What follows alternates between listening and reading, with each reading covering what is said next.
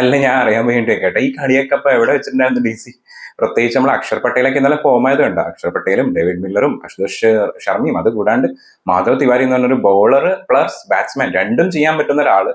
ഗംഭീരം. ഞാൻ അതാ വിചാരിച്ചു, ഇവരൊക്കെ എവിടെയായിരുന്നു ഇത്രയും കാലം? എന്തായിരുന്നു സംഭവിച്ചുകൊണ്ടിരുന്നത്? ശരിക്കും DC എന്ന് പറയുമ്പോൾ നമ്മുടെ മനസ്സിൽ പെട്ടെന്ന് വരുന്ന KL രാഹുൽ മാത്രമാണ്. കാരണം എനിക്ക് തോന്നുന്നു ഇതുവരെയുള്ള മാച്ചസ് നോക്കിക്കഴിഞ്ഞാൽ KL രാഹുൽ, സ്റ്റെപ്സ്, അശുതോഷ് ശർമ്മ കഴിഞ്ഞ വർഷം തൊട്ടിട്ടുണ്ട്. ഈവൻ കൂടിപ്പോയാൽ നമ്മുടെ ഡേവിഡ് മില്ലർ ഒക്കെ ഒരു മാച്ചിലൊക്കെ ജയിപ്പിക്കാൻ നോക്കിയായിരുന്നു, പക്ഷെ അതിൽ പറ്റിയില്ല. പിന്നെ ഒരു മാച്ചിൽ ജയിപ്പിക്കുകയും ചെയ്തായിരുന്നു. അപ്പൊ അങ്ങനെയൊക്കെ നോക്കി കഴിഞ്ഞാലും ബട്ട് സ്റ്റിൽ എവിടെയായിരുന്നു? എന്തായിരുന്നു ഇത്രയും കാലം ഇത്ര ഫോമിലോട്ടൊന്നും വരാഞ്ഞേ? ഏകദേശം ഒരു മാച്ചൊക്കെ കഴിയാനാകുമ്പോഴേക്ക് ടേബിളിൽ ഏകദേശം താഴെ വന്നൊന്ന് തീരുന്നൊരു അവസ്ഥയിൽ എത്തിയപ്പോഴാണ് DCയുടെ ഫോം ഒക്കെ തിരിച്ചു വരുന്നത്. ഗംഭീര വിജയം, അതും മൈറ്റി PBKസിന്റെ കൂടെ. മൈറ്റി തന്നെ പറയാം, കാരണം ഈ സീസണിൽ ഫസ്റ്റത്തെ 7 മാച്ച് കഴിഞ്ഞപ്പോൾ ഒരു മാച്ച് പോലും തോക്കാത്തൊരു ടീമായിരുന്നു. അതിനുശേഷമുള്ള 4 മാച്ചാണ് ഇപ്പൊ കണ്ടിന്യൂസ് ലോസ് ആയേക്കണേ. ഇവൻ DCയുടെ കൂടെ കളിക്കുന്നതിന് മുന്നേ 3 മാച്ച് മാത്രമേ ലോസ് ആയിട്ടുള്ളൂ.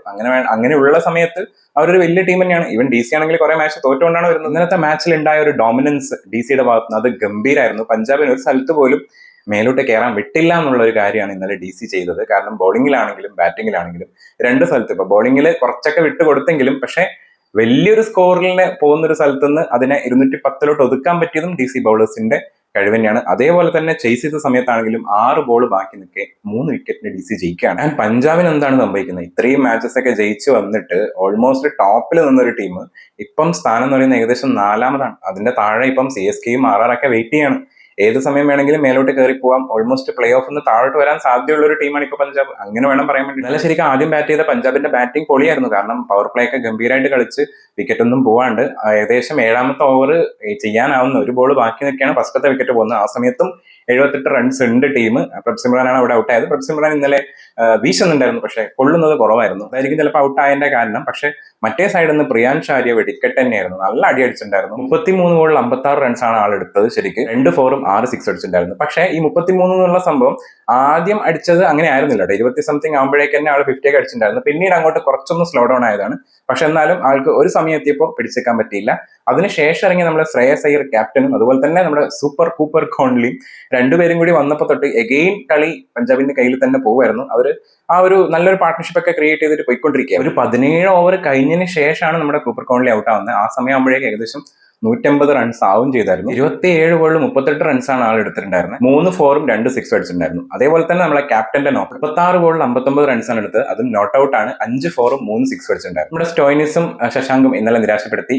സ്റ്റോയിനിസ് പിന്നെയും ഇടയ്ക്ക് കളിക്കാറുണ്ട്. ശശാങ്ക് എന്നത്തെയും പോലെ നിരാശപ്പെടുത്തി എന്ന് വേണമെങ്കിൽ പറയാം. പക്ഷെ നമ്മളെ സൂര്യാൻ ഷെഡ്ഗെ അവസാനത്തോട്ട് വന്ന് നല്ലൊരു ഫിനിഷർ റോൾ ചെയ്തു. 8 ബോളിൽ 21 റൺസാണ് എടുത്തത്. 2 4ഉം 2 6 അടിച്ചിട്ടുണ്ടായിരുന്നു. ഡൽഹിയുടെ ബോളിംഗിൽ നോക്കിക്കഴിഞ്ഞാൽ മിച്ചൽ സ്റ്റാർക്ക് ഇന്നലെ അത്യാവശ്യം നല്ല എക്സ്പെൻസീവ് ആയിരുന്നു. 4 ഓവർ ബോൾ ചെയ്ത സമയത്ത് 57 റൺസ് കൊടുത്തിട്ടാണ് 2 വിക്കറ്റ് എടുത്തിട്ടുണ്ടായിരുന്നത്. അതായത് ബോളിംഗിൽ തന്നെ ഇന്നലെ 50 അടിച്ച ഒരാളായിരുന്നു നമ്മുടെ മിച്ചൽ സ്റ്റാർക്ക്. ആ 2 വിക്കറ്റ് കിട്ടിയതും കുറച്ച് അങ്ങോട്ടാട്ടോ. ഫസ്റ്റിലോട്ടൊന്നും വിക്കറ്റ് കിട്ടിയില്ല എന്നുള്ളതാണ് ഏറ്റവും വലിയ കാര്യം. പവർ പ്ലേ സമയത്തൊന്നും ആൾക്ക് വിക്കറ്റ് കിട്ടിയിട്ടുണ്ടായിരുന്നില്ല. അത്യാവശ്യം എക്കണോമിയിൽ പിടിച്ചിരുന്ന ബൗളേഴ്സ് ആയിരുന്നു നമ്മുടെ മുകേഷ് കുമാറും ആക്കിബ് നബിയും. 4 ഓവറിൽ 31 റൺസ് എടുത്തിട്ട് ഒരു വിക്കറ്റ് മുകേഷ് കുമാർ എടുത്തപ്പോൾ ആക്കിബ് നബി 32 റൺസ് എടുത്തു 4 ഓവറിൽ. പക്ഷെ വിക്കറ്റ് ഒന്നും കിട്ടിയിട്ടുണ്ടായിരുന്നില്ല. നമ്മുടെ ലുങ്കി എങ്കിടി 4 ഓവറിൽ 46 റൺസ് എടുത്ത് കുറച്ചൊന്ന് എക്സ്പെൻസീവ് ആയപ്പോഴും നമ്മുടെ മാധവ് തിവാരി, അതായത് കഴിഞ്ഞ സീസണിൽ ഡൽഹിയിൽ ഉണ്ടായിരുന്നു, പക്ഷേ ഒരു മാച്ചിൽ മാത്രമേ കളിച്ചിട്ടുണ്ടായിരുന്നുള്ളൂ. വാങ്ഡേ സ്റ്റേഡിയത്തിലായിരുന്നു MIക്കെതിരെ.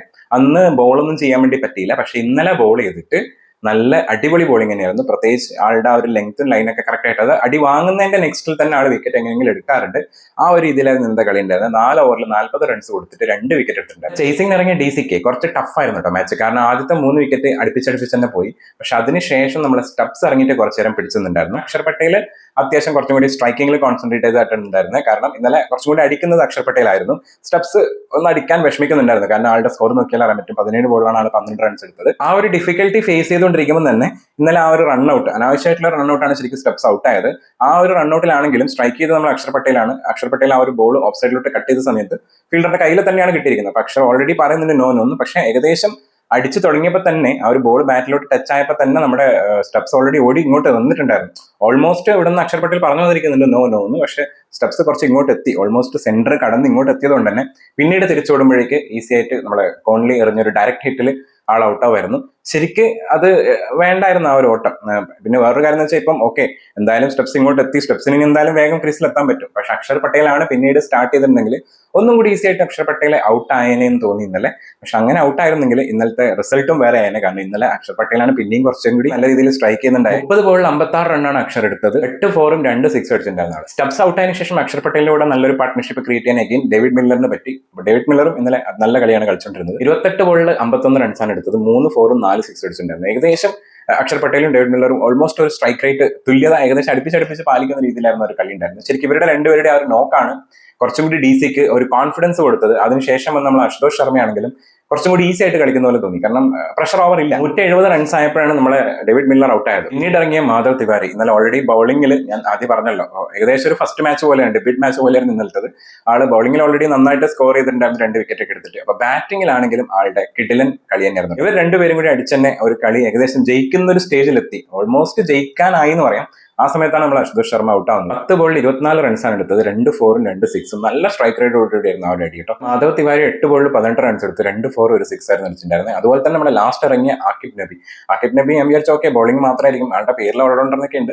അപ്പൊ അത് ഇന്നലെ കാണാനും പറ്റിയിട്ട് ലാസ്റ്റത്തെ 2 ബോൾ ഫേസ് ചെയ്തതിന്റെ അകത്ത് ആള് 10 റൺസ് ഉണ്ടായിരുന്നു, ഒരു 4 1 6. പഞ്ചാബിന്റെ ബോളിംഗ് നോക്കിക്കഴിഞ്ഞാൽ ഇന്നലെ 2 പേര് 50 അടിച്ചിട്ടുണ്ടായിരുന്നു. നമ്മുടെ ബെൻ ഡുവാഷിസ് 4 ഓവർ ബോൾ ചെയ്ത സമയത്ത് 51 റൺസ് കൊടുത്തിട്ടാണ് ഒരു വിക്കറ്റ് എടുത്തിട്ടുണ്ടായിരുന്നത്. അതേപോലെ തന്നെ നമ്മുടെ യഷ് ഠാക്കൂർ 4 ഓവർ ബോൾ ചെയ്തപ്പോൾ 55 റൺസ് കൊടുത്തിട്ടാണ് 2 വിക്കറ്റ് എടുത്തിട്ടുണ്ടായിരുന്നത്. വിക്കറ്റുകൾ കിട്ടിയെങ്കിലും അവർ ഭയങ്കര എക്സ്പെൻസീവ് ആയിട്ട് ഫീൽ ചെയ്തു. ശരിക്കും അവർ എക്കണോമി കൂടി പിടിച്ചിരുന്നെങ്കിൽ ചിലപ്പോൾ ഇന്നലെ പഞ്ചാബിന് ജയിക്കാമായിരുന്നു. ഈ എക്സ്പെൻസീവിന്റെ കാര്യം പറയുമ്പോൾ നമ്മുടെ മാർക്കസ് സ്റ്റോയിനിസും കണക്കാട്ടോ. 3 ഓവറിൽ 44 റൺസ് കൊടുത്തിട്ടാണ് ഒരു വിക്കറ്റ് എടുത്തിട്ടുണ്ടായിരുന്നത്. ചിലപ്പോൾ എനിക്ക് തോന്നുന്നു ഒരു ഓവറും കൂടി അറിയിച്ചിട്ടുണ്ടെങ്കിൽ ഈ ഒരു 50 റൺസിനൊക്കെ കടത്തിവെട്ടി 1ാം സ്ഥാനത്തോട്ട് പോയാനെ മാർക്കസ് സ്റ്റോയിനിസ്. പക്ഷെ എന്തായാലും ആ ഒരു ഓവർ ബാക്കിയില്ല ഞാൻ നന്നായി. മാർക്കോ യാനിസൺ കുഴപ്പമില്ലാണ്ട് ബോൾ ചെയ്തു. 4 ഓവറിൽ 45 റൺ കൊടുത്തിട്ട് വിക്കറ്റ് ഒന്നും കിട്ടിയിട്ടുണ്ടായിരുന്നില്ല. പക്ഷെ ഇന്നലത്തെ എക്കണോമിക്കലായിട്ട് ഒരു നല്ല കംബാക്ക് നടത്തിയത്. കഴിഞ്ഞ മാച്ചിലൊക്കെ അത്യാവശ്യം നല്ല റണ്ണ് കൊടുത്തും അല്ലെങ്കിൽ വിക്കറ്റൊക്കെ എപ്പോഴെങ്കിലും കിട്ടുമെങ്കിലും നല്ലോണം റണ്ണ് കൊടുക്കുന്നുണ്ടായിരുന്നു. കുറച്ച് എക്സ്പെൻസീവ് ആയിരുന്നു നമ്മുടെ അർഷദീപ് സിംഗ്. പക്ഷെ ഇന്നലെ അങ്ങനെ ആയിരുന്നില്ല. 4 ഓവറിൽ 21 റൺ കൊടുത്തിട്ട് 2 വിക്കറ്റ് എടുത്തിട്ടുണ്ടായിരുന്നത്. എക്കണോമിയും അതുപോലെ തന്നെ വിക്കറ്റ് ടേക്കിംഗ് രണ്ടും ബാലൻസ് ചെയ്തുകൊണ്ട് ഇന്നലെ പിടിച്ചിട്ട് ശരിക്കും അതേപോലത്തെ ഒരു 2 ബോളേഴ്സും കൂടി ഇന്നലെ പഞ്ചാബിന് ഉണ്ടായിരുന്നെങ്കിൽ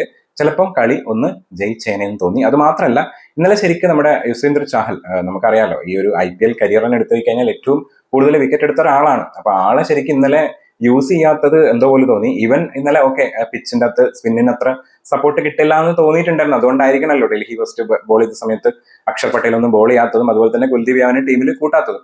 പക്ഷേ ഇന്നലെ ആ ഒരു ചഹൽ എന്നൊരു ബോളിംഗ് ഓപ്ഷൻ ഉണ്ടല്ലോ. അപ്പൊ വേണമെന്നുണ്ടെങ്കിൽ ഒരു ഓവർ ഒന്ന് കൊടുത്ത് നോക്കായിരുന്നു. ഇപ്പൊ ഇന്നലെ ബാക്കിയുള്ള ഞാൻ ഓൾറെഡി പറഞ്ഞല്ലോ 3 ബോളേഴ്സിന് അത്യാവശ്യം 50-55 റേഞ്ചിലൊക്കെ റണ്ണ് കിട്ടിയിട്ടുണ്ടായിരുന്നു. അപ്പം വേണമെങ്കിൽ ഒരു ഓവർ ട്രൈ അടിച്ച് നോക്കായിരുന്നു. ഇപ്പൊ റണ്ണ് കൊടുക്കുകയാണെങ്കിൽ മാറ്റാലോ. പക്ഷെ ഇന്നലെ അങ്ങനെ ഒരു സാധനം പരീക്ഷിച്ചില്ല. പിച്ച് അങ്ങനെയാണെന്നുണ്ടെങ്കിലും പറയാൻ പറ്റില്ല. സെക്കൻഡ് ബാറ്റിംഗ് വരുന്ന സമയത്ത് പിച്ചിലോട്ട് എന്തെങ്കിലും മാറ്റം വരാം. ഇവൻ ഡൽഹിയും ട്രൈ അടിച്ചില്ല ഇന്നലെ. അപ്പോൾ വേണമെങ്കിൽ ഒന്ന് ട്രൈ അടിച്ച് നോക്കായിരുന്നു എന്ന് എനിക്ക് തോന്നുന്നു. അവസാനം ആ ഒരു കളി DC ഈസി ആയിട്ട് ജയിച്ചു എന്ന് പറയാം. ശരിക്കും ഒരു ബിഗ് വിൻ പോലെ തന്നെയാണ്. കാരണം 6 ബോൾ ബാക്കിയുണ്ട്, 3 വിക്കറ്റ് കയ്യിലുണ്ട്. ഇന്നലത്തെ മാച്ച് DC ജയിക്കുന്ന സമയത്ത് DCക്ക് ഗുണമുണ്ട്. ഓക്കെ ഔട്ട് ആയിട്ടില്ല, ഓൾമോസ്റ്റ് ചെറിയൊരു ഹോപ്പ് ഇങ്ങനെ വെക്കാം ആ ഒരു രീതിയിലുണ്ട്. പക്ഷെ ഇന്നലെ DCനെക്കാളും നല്ല ഗുണം കിട്ടിയത് നമ്മളെ 4 കഴിഞ്ഞ് 5-6 സ്പോട്ടിൽ കിടക്കുന്ന 5-6-7 സ്പോട്ടിൽ കിടക്കുന്ന ആൾക്കാർക്കാണ്. പ്രത്യേകിച്ച് CSKക്ക് 5ാം സ്ഥാനത്ത് നിൽക്കുന്ന CSKക്ക് നല്ലൊരു ഹോപ്പായിരുന്നു. കാരണം ഇന്നലെ അത് ജയിച്ചത് കൊണ്ട്, കാരണം മേലുള്ള ഒരു ടീമാണല്ലോ തോറ്റത്. അപ്പൊ അതുകൊണ്ട് തന്നെ അതിന് ഒരു ഗുണം കിട്ടിയത് CSKക്കായിരുന്നു. ശരിക്കും CSKക്ക് ഇന്നലെ താങ്ക്സ് പറയാം DCനോട്.